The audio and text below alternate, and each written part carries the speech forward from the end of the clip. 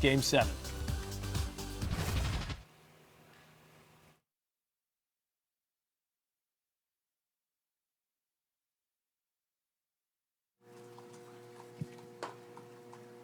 You can't prepare for it. You're not thinking about it.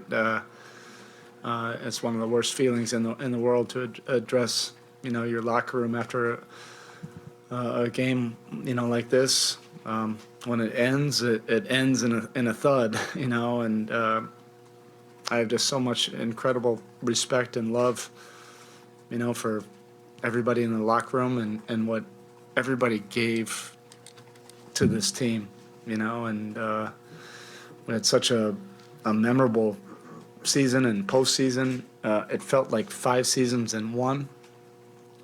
All the different chapters and adversity that this group was able to overcome. It was a really a fun group to be around. It was a hard-edged group, but it's all the qualities that we love, the good, the bad, and everything in between. And it's heartbreaking, when it ends like this. And you certainly have to credit the Boston Celtics organization and their team and their coaching staff. Ime just did a tremendous job, this year, building on what they've done the last 6-7 years. And they've probably done it the way that it's supposed to happen in this league. You build a team and you have frustrating losses. You stay together for, keep your core together, keep your culture together, and then you eventually find a breakthrough. We tip our hats off to them. They are a heck of a basketball team. They really can defend at a high level. They're competitive, and they have 2 guys that are tremendous, but they're role players, really fill in the gaps. They complement each other so well. Smart was terrific tonight. So we tip our hats off to them. This was all about competition, and we faced a team that kind of matches all of the best qualities of what we do. It was fitting that it would probably come down to that last possession. While I continue to ramble, I thought it would have been an incredible storyline, Jimmy to pull up and hit that 3, and I love that about Jimmy. That was the right look, and I just thought, as it was leaving his hand, I thought for sure that was going down. Good, clean look. It's definitely better than anything that we could have designed, and it's just a shame that it didn't end that way. But I can't compliment Boston enough. They've gone through the fire, and they earned that right to go to the finals. Have you seen the replay yet on the Max Strus overturned 3, and what was your reaction when you found out so far after the fact? I was in shock. I was asking, Quinny about that. The fact that it happened, 3 to 4, 5 minutes later in game time, that does change the context of how you're playing. We were starting to gain some momentum, and you feel like it's a 7-8 point game, and all of a sudden it's a 13-point game. You're looking up, and there's no explanation for it other than it's gone back to to the league offices.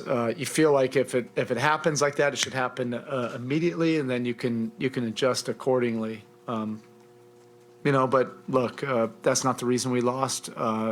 We still had plenty of opportunities. We just couldn't get control of the game. A lot of that was Boston. But, we didn't stop grinding, and we gave ourselves a shot at it, at the end. We just couldn't make enough plays during the course of the game. It felt like most of the game we were grinding from an 8 to 10 point deficit. Jimmy played every second tonight. Was that the plan entering? It wasn't, but I was going into this like, by any means necessary. I have so much freaking respect for the guys in the locker room, and Boston was going through their stuff too. This is one of the most admirable, honorable series that I've been a part of. Guys that were clearly not anywhere near close to 100% on both sides. You have guys staggering around out there, and then, the loose ball and instincts just take over. It was extremely physical, really hard played, well played at times, and because both teams, are so effective defensively, sometimes it was probably ugly, to the average fan, but to us, it's beauty. But we had to play Jimmy and Bam. We couldn't afford to take them off the court tonight. With PJ, you went out early in the third quarter. Was there an injury there that kind of kept him from playing the rest of the night? Yeah, look, I don't want to speak on behalf of our players, but Tucker is a Miami Heat guy. I would say for the majority of this playoff run, he's just been willing himself to get out there and do what he does best. I marvel.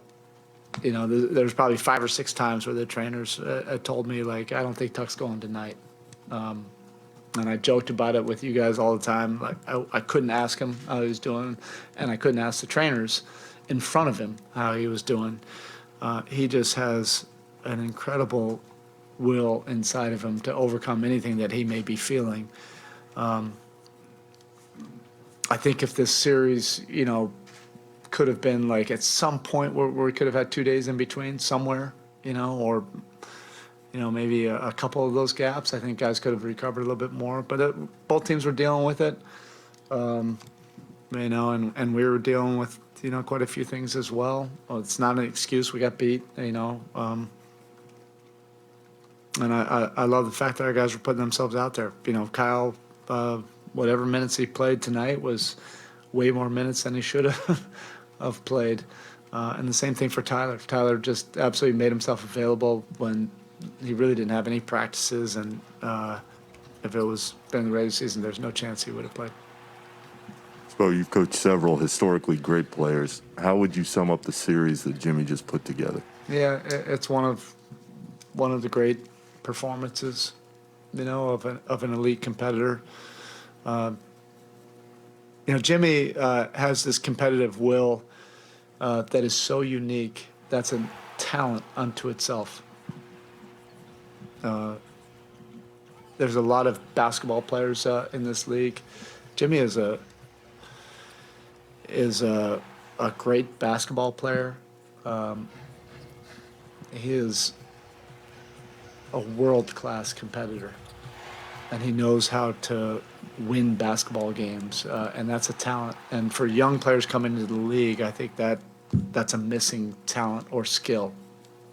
It becomes about all the other skills, but that's what makes Jimmy so unique as a world-class player. He just knows how to compete to win and to compete to not let you lose.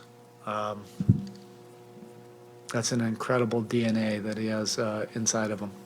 And just to follow up on the max shot, you guys don't make excuses on the whole, but would you like to see moving forward the league look at the policy where somebody in New York can overturn a play 3-4 minutes after it happened? I'm sure they're going to look at that, and we'll probably be the case study for it.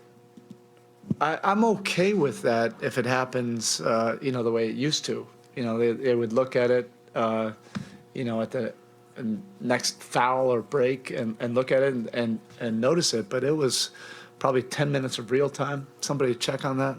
I'm not crying or whining. Come on, we got beat. This was 2 competitive teams going at it. We had a crack at it at the end, even as uneven as the game seemed. We had a crack at it. Our guys are never going to, not think that we have a chance at it.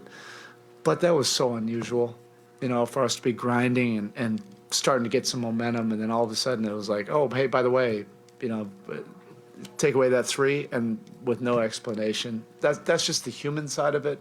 It's not the complaining side of it. Who knows if that would have changed anything anyway. Erik, as you said, if this was in the regular season, no chance Tyler would have played. Was it a tough call for you not playing him in the second half, or was it clear cut because he was limited? I mean, we're making I felt like this series I was making decisions that I've never made before in my career. You know, I've had that before also. You know, during those championship runs, we had guys that day after the season were getting surgeries. You know, so it was very similar. These last two series, it was a daily meeting with the training staff to get an inventory of where guys were. But these guys were so committed, you know, to the challenge that they're willing to do whatever it took to get themselves out there and compete and really compete at a high level. You know, physically, it just shows you the mental toughness of the guys in the locker room.